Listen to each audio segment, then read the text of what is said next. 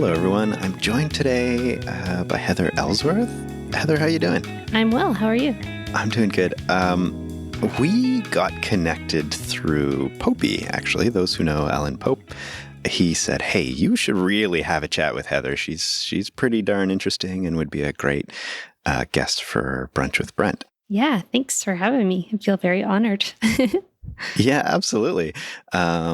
Now, I wanted to just give a little taste of sort of the things that you're doing these days, but we'll dive into a bit of your history in a moment. So I know of you that you're newly on the Canonical team, I guess the Ubuntu desktop team specifically. Is that right? Yep, that's right. I've been there for like 5 months, just about. Okay. So somewhat fresh, but just finding your feet now. That's right. 5 months and 2 days, actually. I realize. Well, happy 5 month and 2 day anniversary. Yeah, I would say that I'm still learning the ropes, but that also means like I'm still learning that there are more ropes to learn. There's an infinite number of ropes to learn. The more you learn, the more you realize you don't know. Yeah, but one nice thing is that everybody at Canonical is super nice and down to earth and happy to answer silly questions for newcomers like myself. You know, they were all newcomers at one point too, so I'm sure there's some empathy there. Yeah, but not everybody usually remembers that. But in this community, it seems like they do, so that's quite nice. Oh, nice. Yeah, and I've heard that often of Canonical, that it's really kind of a human-centric environment. Would you agree with that description? I would absolutely agree with that, yeah. Does that feel nurturing in a way that maybe you haven't experienced in the past? Yes, definitely, especially like in open source. I've experienced kind of both spectrums, where some people can be quite antagonistic and mean unnecessarily, and it's just kind of like, why? And then it's really nice to be surrounded by people that are the opposite, that are happy to help and happy to chat, especially being like in a remote position where sometimes you can feel isolated and siloed, get frustrated on your own, you know. So it's nice to have that sort of base that you can reach out to. Sounds like a really strong support system, really, that allows you to do your best work. I would imagine on the flip side, when there's that antagonistic environment, how then can you do your best work if you're sort of surrounded by that energy? Yeah, I tend to mirror the energy that I experience. So if someone's going to be a jerk to me, I am going to push it right back, because that's kind of what you have to do. Like that's, a thick skin bounces stuff off, right? Well, it's important to defend yourself. Like I tend to be quite conflict avoiding, I would say, in general. Oh, yeah, me too. That has been my nature, and it sounds like yours too. And certainly my parents are sort of that way. And I've observed that in myself as being a really nice trait, but not 100% of the time. Yeah, it's not good to be too squishy. Thank you for describing me as squishy. I think I'm squishy sometimes. If someone that's more experienced than I comes and says like, oh, no, you have to do it this way, I say, oh, okay, yeah, you're more experienced. I believe you. And then if someone else comes along and says, oh, no, don't do what that person says, it's like, well, dang it. I don't know what else to do. Tricky, eh? Yeah, but I find that the community at Canonical has been really helpful and in all ways. So I am very happy to be there. Lovely. Well, that sounds amazing. And how was the onboarding for you? Because I know you're working remotely, so at a distance, but you're also a huge time zone difference. So was that kind of an adjustment as well? Not so much, because my previous role was a time adjustment as well. I mean, at least in this role, there is another person on my team that is in the US. You're not the only one. Yeah, right. Whereas in my last team, well, no, I guess there was someone in the US, but most of the people I worked with were in Germany, so the Central European Standard Time. And now it's a little bit better. So I used to have a lot of meetings that started at 7 a.m. And I'm not a super morning person, so it's hard to be caffeinated and ready to run meetings by 7. So now I have to, It's more of like an 8 to 5 thing. It's much more comfortable. So why don't you guide us through what you do at Canonical? Yeah, so I was hired to work on snaps. If your listeners don't know what snaps are, there's a lot of documentation out there, but it's basically a containerized application system. And it's really kind of fun to just like write metadata to snap things. That's how it started. But then it quickly led to improving the Snapcraft build tool itself and adding an extension to make snapping GNOME snaps a lot easier, since I am a devout GNOME user and I'm a GNOME Foundation member and I love GNOME. So I've been kind of working in this like Snap and Snapcraft space. And then there was a need for someone to take on the maintainership of LibreOffice. So I said I would happily do that, not really knowing what I was signing up for. Sometimes the best things we run into are the things where you just kind of take a chance, right? Yeah. My life motto has always been like, how hard can it be? Sometimes it's gotten me into trouble. And yet I imagine that also stretches you in a bunch of ways. Yeah, definitely. I learned so much having that attitude. I am still learning a lot about LibreOffice, and I still want to call it OpenOffice. It seems like a new bug is opened about that every day. So it's like every day I'm like, oh, how do I reproduce that? How do I do that? I don't know. So that's what I'm doing now. Yeah. Kind of snap stuff and helping out with LibreOffice. LibreOffice seems like a big project. It is a beast. Yeah. I was being kind. And so I would imagine then that people must look quite fondly at the work that you've done in the past to give you that kind of responsibility. I sure hope so. Either that or they're desperate or some sort of combination. I was going to say, how's that feeling? But I can tell you that I do my best every day. Whatever the problem is I'm working on, whether it's Snap stuff or LibreOffice. And it probably looks like I'm kind of slow, but I've been here 5 months and I'm still learning the infinite ropes. So I'm slowly but surely, I will master this. It's funny because like I'm really competitive. And when LibreOffice was handed over to me, it was, my boss said, hey, it's being handed to you in a pretty good state. And I thought, oh, this is a good state. And I made note that there are 372 bugs. One day, I'm sure I will hand this off, and I want to make sure that there's less than 372 bugs. And if I do, then I will feel like I have won somehow. That's your own internal metric?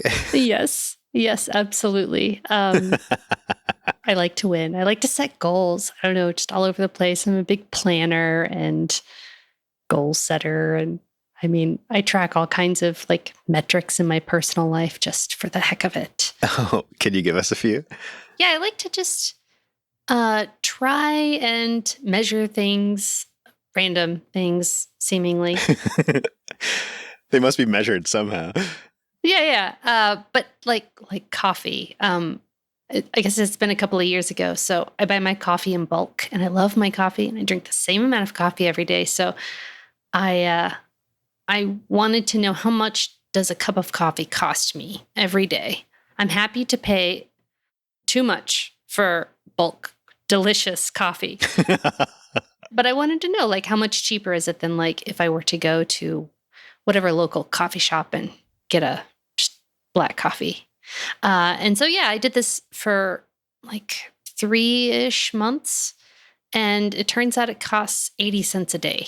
Now, 80 cents, is that 80 cents total or 80 cents more than the other option? Nope, that's 80 cents total. So when I do go to coffee shops, when I'm, when I need to get out of the house, a cup of black coffee is about $3.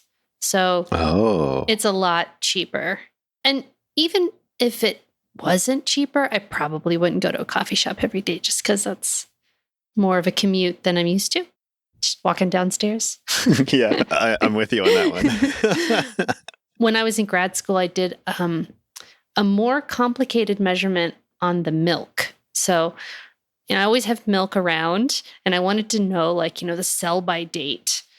Is that really when I should stop drinking the milk? Or, so I measured all kinds of things about, like, when I opened the milk relative to when the sell by date was.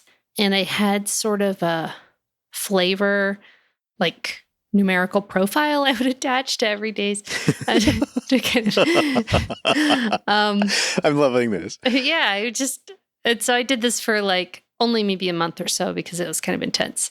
And I was a grad student and I didn't have time to do that. And so I stopped drinking milk exactly at the sell by date. There you go, listeners. You don't have to do that for yourself. I just enjoy taking notes about little things in my life like that. Oh, it sounds like you're optimizing in many ways, right? And then you don't have to think about that topic at all forever, unless something drastic changes. That's right. I love efficiency. So now, that process you just described sounds quite scientific to me, and I know that you have a scientific background. So can you walk us through that background? I'm a software engineer, but I didn't take any computer science classes. I'm a physicist by trade. It all makes sense now. Yeah. I did my bachelor's in physics, and then I did my master's in high energy physics, experimental high energy physics. I'm not a theorist. And I worked at CERN for a year while I That's cool. did that. Yeah, no, that was amazing. I lived in France, just on the French-Swiss border, rode my bike to CERN every day, worked in Building 42. That sounds so romantic. It was lovely. I worked on the Atlas detector, so I could talk for hours about high energy physics, but I think we don't have that kind of time.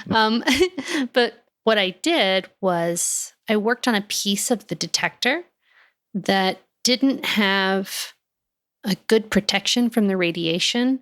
So the signal going through each of those kind of areas was not usable. So I came up with a scheme to calibrate those so that the energy that went through those sections could be actually used towards finding the Higgs. So I was lucky enough to be a published author on the Higgs paper among 3,000 other physicists.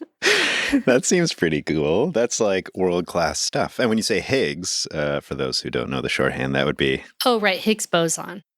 When that was sort of just all happening, man, did I ever throw myself into a whole bunch of reading all about that. And it's so fascinating. Like, you have a certain perspective of it, but, as someone in the public, it was still really quite exciting, some of the discoveries that are happening at CERN and around the Higgs especially. It seemed like a really cool time. I still follow, the physics that comes out of CERN specifically. I mean, it's quite interesting, and I just love physics. But so when I was doing my master's, that's when I learned how to write some code, because you had lots of data coming through the detector every day, and that had to be analyzed.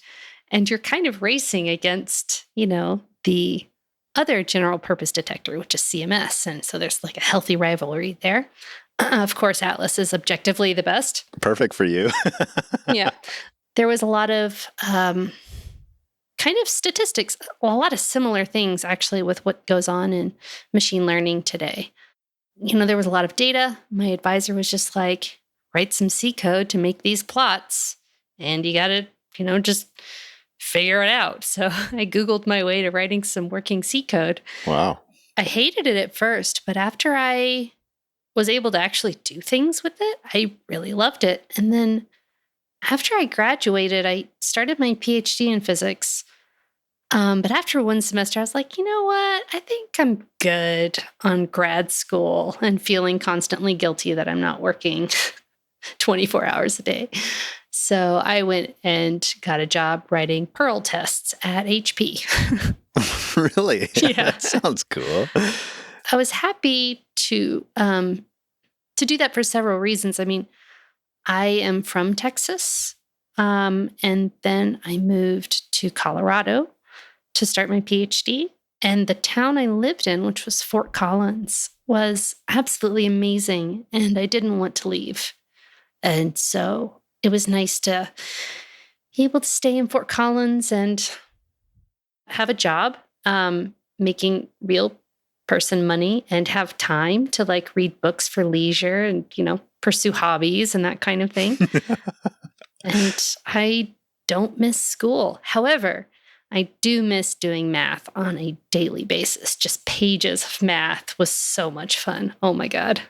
There are so many of the inclinations that you're describing in yourself, like your love of math and deep interest in physics and in measuring things that is, of course, like multidisciplinary benefits. So I could see how those would translate into what you're doing now in a really beautiful way, even if, clearly there's a little bit less math, but a lot of those principles still carry over in a really beautiful way. So at least you're still using some of it in many ways. Absolutely. I think that computer science is a little bit more of a challenge relative to physics because physics is very much recipes. Here's a recipe to do a thing. You follow that recipe. And discovering recipes to do things. But in computer science, there's like multiple ways to do one thing, like how to make a Debian package. Well, it kind of depends on some things, How does that project do things? Do they use git build package, or maybe they use, pristine tarballs, or just deb build, or pbuilder, or who knows? Like, But could those not be described as like a variety of recipes, or at least like sub-recipes to a greater recipe? Definitely. But then it's all about kind of determining what recipe you need to do to solve this problem. Instead of like in physics, it's like, here's your recipe to this. But is that only because someone else has figured the recipe out for you? Like in some of your research in physics, I would imagine like that would still be an unknown. Yeah, I think, the research in physics, you're always asking yourself a question. At least in my experience, I was asking a question. I want to answer this particular thing with this data set. So what plots, what graphs, can I make to answer that? And then that answer would always lead to another question that always involved making more plots based on the data to answer that question. And so it was just like a linear trail of questions. It was a lot of fun. Yeah, I quite enjoyed it. Sometimes I wish, I'd had more of a traditional computer science background, but I had so much fun in physics, especially getting to, work at CERN, that I don't think I would take it back for anything. Why do you say that sometimes you could see a more traditional path as helpful? Like, what is it about that traditional path that you feel like you've missed out on or that you would benefit from? Just there's like foundational concepts I've come across in the last, I guess I've been a software engineer for like 9 years now. Congratulations. That's awesome. Oh yeah, thanks. Yeah, like there's just been several times over that 9 years where I've, having some piece of fundamental computer science knowledge would have really helped me out. Because I didn't have that, then it was a bit more of a struggle and maybe a little frustrating to get there. But that's kind of why I like to write documentation, so that I can help myself learn those things and kind of build up that foundational knowledge, even if it's a little late. Right, because with documentation, you have to sort of understand the underlying principles in order to communicate effectively. So self-serving, interesting. Yeah, that's right. I mean, everything we do is self-serving, I think. Fair enough. Fair enough. Even if we don't want to admit it.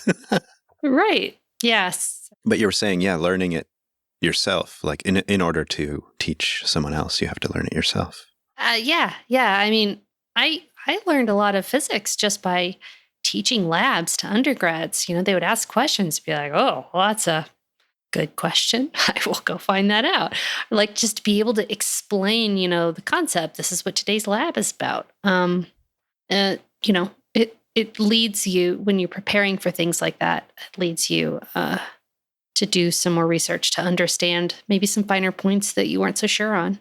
How would you describe either similar or different the creative space in either realm? Like, because there's, as you know, quite a lot of creativity in software, but there's also quite a lot of creativity. I have some friends who are, well, you included, but some other friends who are also deeply in the physics realm. Do you find that creativity to be similar or complementary, or is it totally different? Yeah, I guess it is similar. I mean, it is like the creativity comes from the logic, and the logic, they're both logical things. Computer science and physics, although sometimes one or both of those might seem a little illogical, but there's definitely some method to the madness. So yeah, I think that they are quite similar in their creativity. I certainly get creative whenever I just write some code, especially like if I'm doing it at home for personal use or something.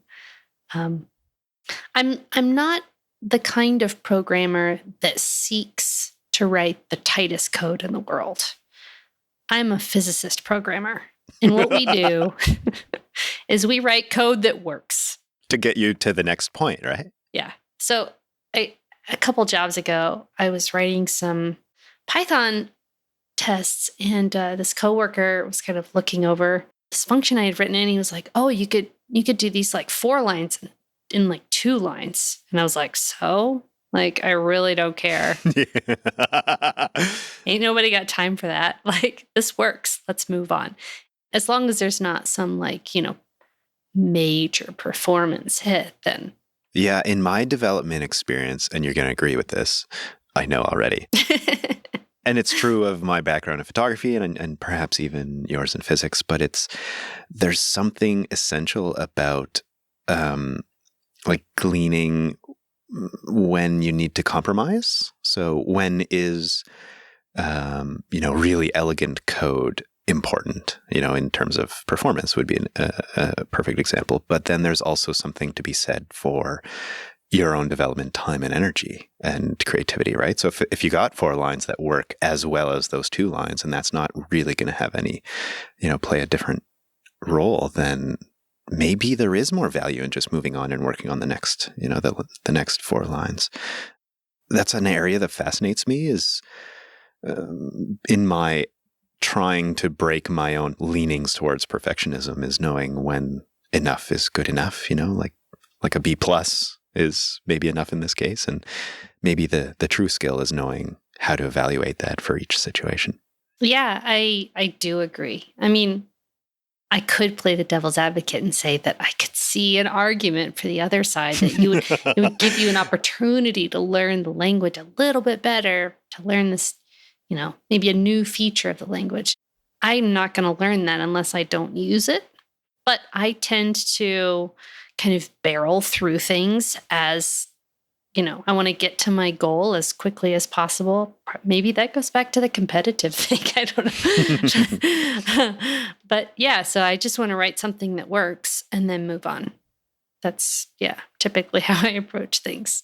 I think what's lovely is that there are so many different types of us, right? Of people and approaches to solving problems. So I would imagine in an open source environment, having several people looking at some code, and I don't know if that's your experience, but having several different types of people looking at the same code might be helpful in that way, because you'd have, for instance, you who barrels through, as you suggested, but solves the problem, and then someone else who comes through behind you and just maybe, I don't want to say clean it up, because that's kind of suggests that what you've written is sort of under a negative light, but just maybe adds some elegance or performance to that kind of stuff. Definitely. I mean, diversity is important in all aspects of our life. So, I mean, having more eyes on code by all walks of life is always a good thing. And that brings me back to your mentioning how you wish sometimes that you had that sort of classic computer science background. Because I think there is an argument to the benefits of not having that. You look at problems a little differently than someone who's, I'll call it classically trained, but someone who's gone through the standard learning path may be trained to see problems a certain way, but that diversity that you're bringing from not having that might also be a benefit. So don't be too hard on yourself.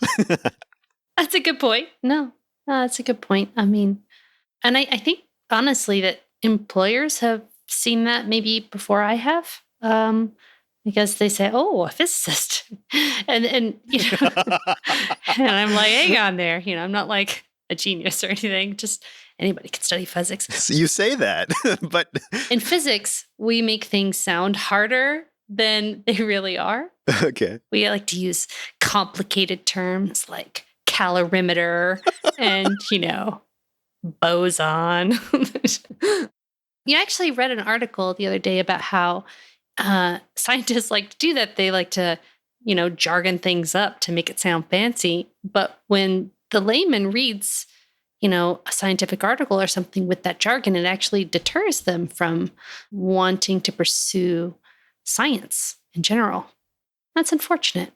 It's a challenge, isn't it? Because I see that in my photography realm as well, is that there's all these terms that are very helpful if you're sort of deep in that topic, because it points to a very specific, I don't know, instrument or concept, for instance. But you're right. It does push some distance between maybe I'll call it the uninitiated to approach those topics. And I imagine that's true in software as well. Yeah. I mean, I think people in general like to create a niche little space for them and their kind, right? Like, it's our tribe. Yeah, it's our tribe. Exactly. It makes it feel special and exclusive. But that's a double-edged sword, right? So maybe it's the role of documentation to sort of guide people from one realm to the other. Yeah. I think documentation is such a key of communication. I write all kinds of documentation for myself, especially if I have to learn something new. Then I want to write everything down. That way I can hand it off to someone and not have to remember anything about it, or come back to it in 6 months and be able to pick it back up pretty quickly. So anytime I'm learning something new, I write a ton of like personal documentation. And it feels so good. It feels like I don't have to remember this. So if I go to sleep, tonight, and then in the morning I'm like, oh yeah, what was that command? I can just go look at it. And so you find the time dedicated to documenting worthwhile in the end?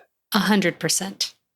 Maybe that's why I am kind of slower when I do things, because I make sure to document alongside at the same time. I just need it. Like, it's cathartic, and it helps me when I need to refer back to it. I find, projects that have good documentation, I think, like, I wonder who wrote this. I would like to meet that person. They did a very good job. I would like to buy them a beer, I've heard repeatedly the value of documentation, and yet so often the people who write good documentation are sort of hidden away in the shadows. Not everybody loves it, and I don't understand that, but I do love it. And I am definitely going to continue to write documentation. Thank you for loving it. We need people like you. Yeah, sure. I enjoy it. So it's win-win. Can I ask you about your personal documentation infrastructure? Sure. Like, how do you capture these things, and how are you storing them long-term, et cetera, et cetera? There is an application that I absolutely love. I've been using Cherrytree for about 9 years. I found it when I found software engineering. And it's like kind of like OneNote, but for Linux. And it's very simple and amazing. And so I absolutely love this project. I've actually told converted several people into be Cherrytree users. Snapped it. It's in the Snap store. Also self-serving. I can't live without it. It's fantastic. Oh, wow. Yeah. So I use Cherrytree daily. for like, well, really for everything, but I like to take a lot of notes on like what I do with my workday every day, just to kind of make sure, that I'm capturing the work that I do, that I can communicate that. So tracking your progress through time? Just tracking my progress. Yeah. And kind of make a summary every week to share that with my coworkers. But also I have another Cherrytree document that's just like full of how-tos. So yeah, it's just been growing over the years. The way I write documentation is very similar to Markdown, but yeah, it's really a rich text editor that I just love. So I've not heard of Cherrytree. I'm going to dive into it because this is a topic I really like. This sort of personal documentation stuff. And I'm a huge believer and have been for many years. But what's the underlying infrastructure? Like, is this being synced to various devices of yours, or is it just at a single workstation? Or? It's on my workstation, but I have a hacky script to kind of sync it on my devices. It's a B+ script, it sounds like. Yeah, I mean, it works, right? So whenever I am using my laptop, I can just run this little script and it'll grab the latest changes. Okay. There's no like mobile Cherrytree, so I am at a loss with my phone. I often email myself things to put in Cherrytree. It sounds like something you wish existed. Oh my God, yes. Yes. Well, I mean, once I have a Linux phone, then... it's coming. I know. So maybe that's actually a really nice segue. I wanted to ask you a little bit more about your documentation in the professional realm. And I know you've spent some time at Purism doing some documentation stuff there. Can you walk us through that a little bit? Before Purism, I was just writing, how-tos for myself, for other coworkers.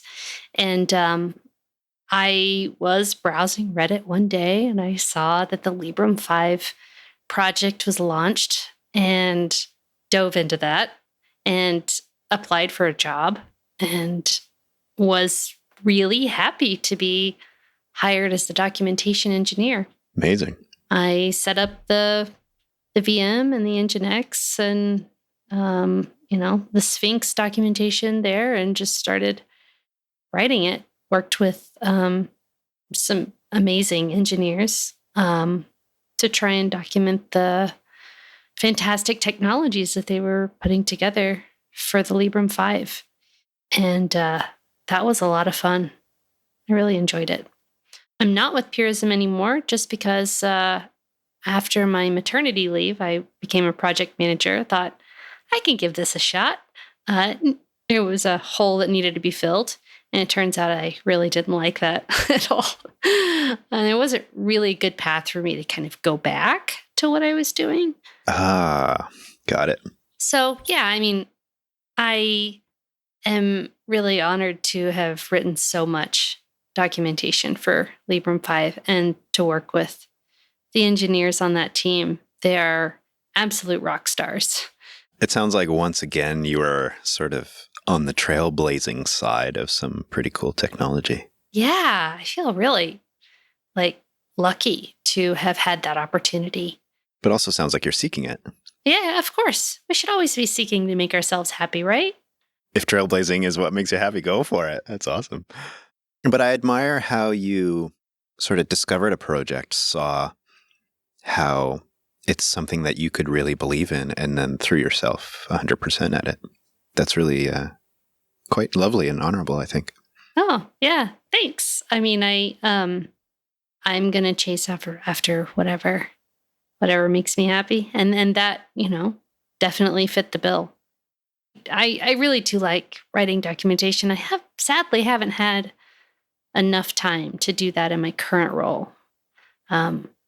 Because I think the Snapcraft documentation, could use some additional effort from myself. It's definitely being maintained and the community is awesome and they help out. But I think I have some to give in that realm too. I just got to find some time.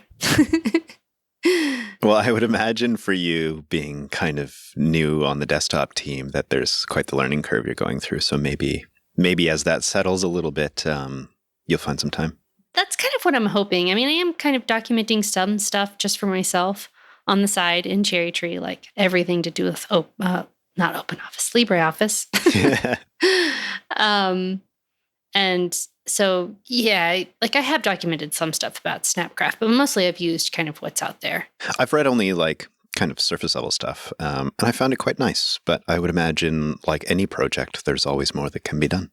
At Purism, that was one thing. That was standing up a whole documentation thing from the ground up. So I got to lay it out however I wanted to, however I felt was the most intuitive.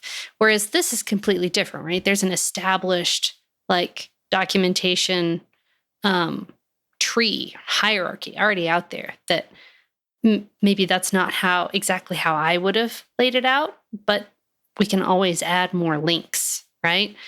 And I think referencing relevant pages at relevant times can always improve existing documentation. So I would like to find some time to do that, maybe in the next year or so.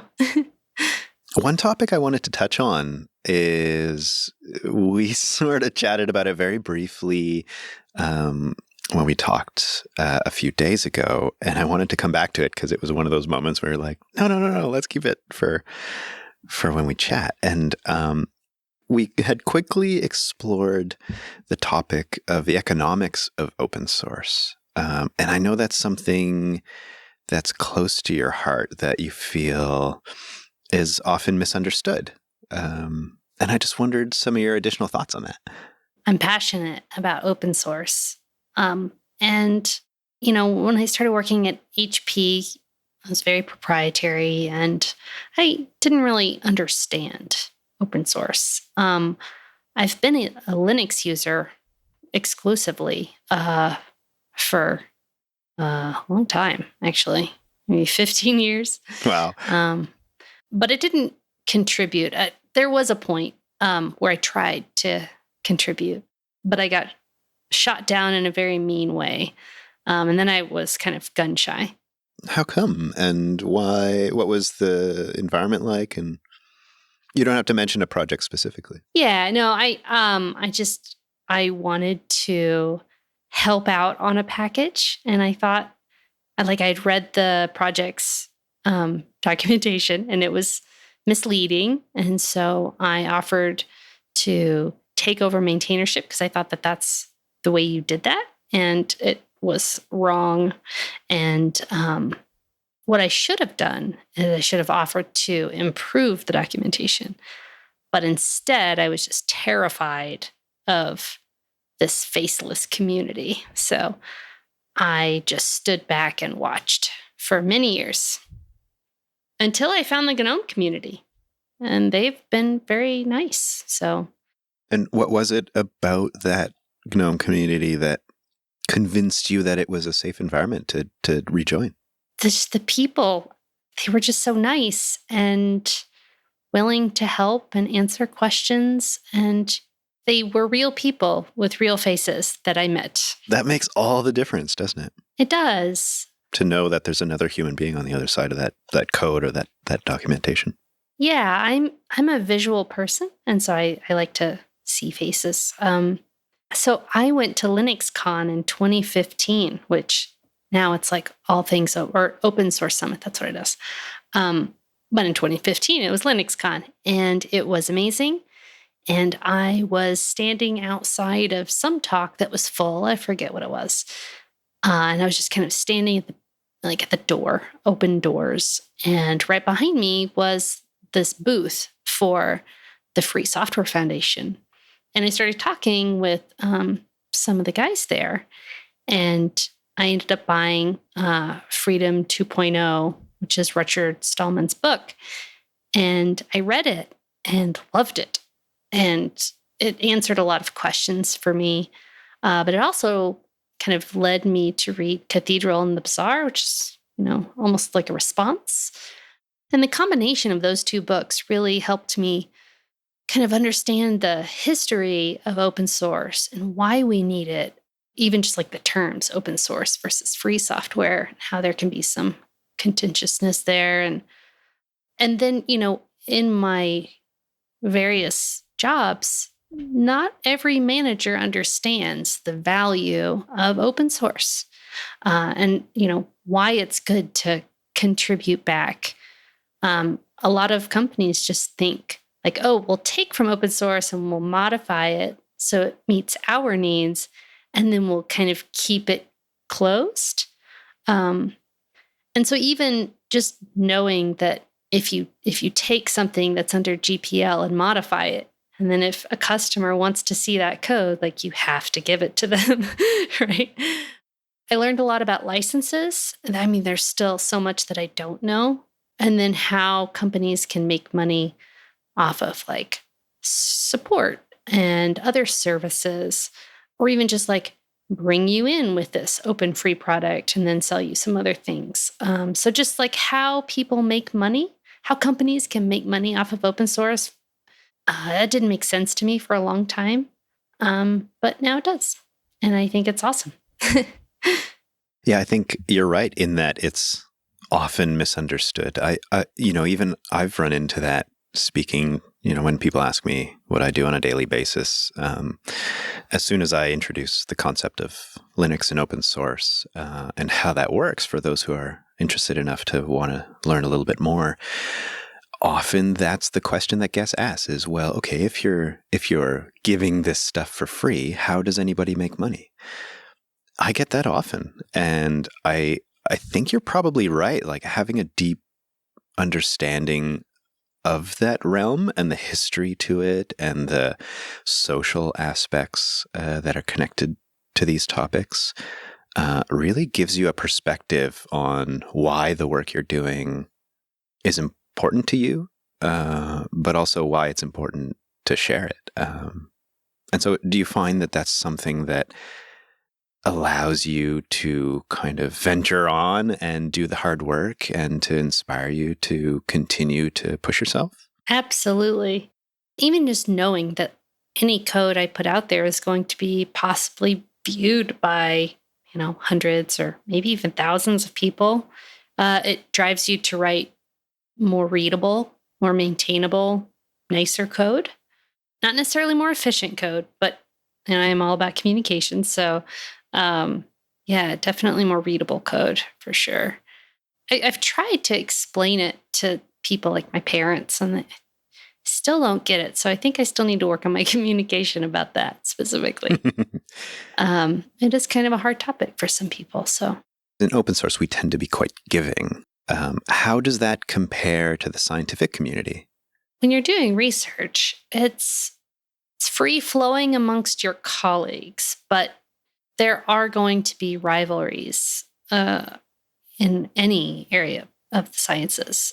And so, of course, you want to kind of keep your research details from them while being, so there's definitely some reflection. I think the open source community is more giving, more open. It's all open. That's what it's about. It's got open in the name. There's no open science, open physics. Heather, I wanted to ask you a question if you had an ask of our community, of the listeners. Is there something that you'd want to put to them, something you'd like them to try or go and explore, or maybe something to go read? So I actually have two things. One of them is to be empathetic. It's good to do that in all walks of life, but when you're opening bug reports, and I hope that if any listener finds a bug or finds something that even just doesn't seem right, they're not sure it's a bug, just file a bug. But when you file a bug, try and think about the person that's going to receive that. And kind of, add things to the bug report that you would need if you were that person. So how to reproduce the bug. What version of the software were you using? Maybe what version of the operating system are you running? Any little details like that. People that receive bugs that, it's their job to fix them, really appreciate good bug reports. And I think good bug reports come from empathy. I like that a lot. I think you're right in that empathy can be applied in so many different areas. But in this one specifically, it reminds me of what we touched on earlier, how there's a human element to every side of software, even though sometimes that seems stripped away. But yeah, bringing empathy to the person who's trying to help you get rid of the bug in the future sounds super powerful and reminds me of bringing solutions to a problem instead of just problems to a problem. Definitely. Yes. It's always good to try and offer a solution. And so my second ask would be, it's a little abstract, but I think that it's always good to sharpen critical thinking skills.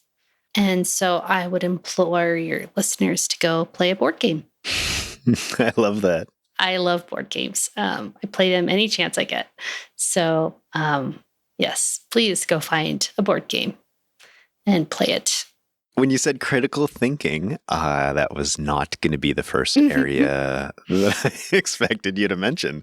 But what is it about board games for you that really touches on that critical thinking area? When you play a strategy game of some sort, if you're trying to win, then you have to think critically about, you have to analyze, did I make the best decisions here?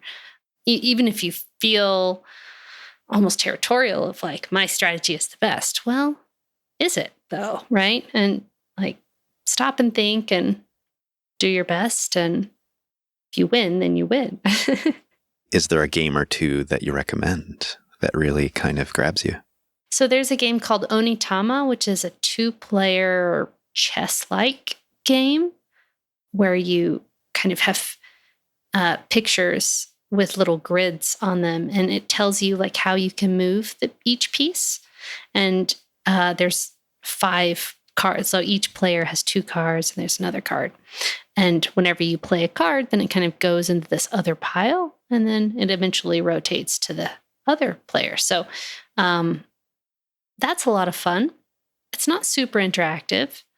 For a long game, my favorite game would probably be A Feast for Odin, which is a worker placement game, kind of like Agricola.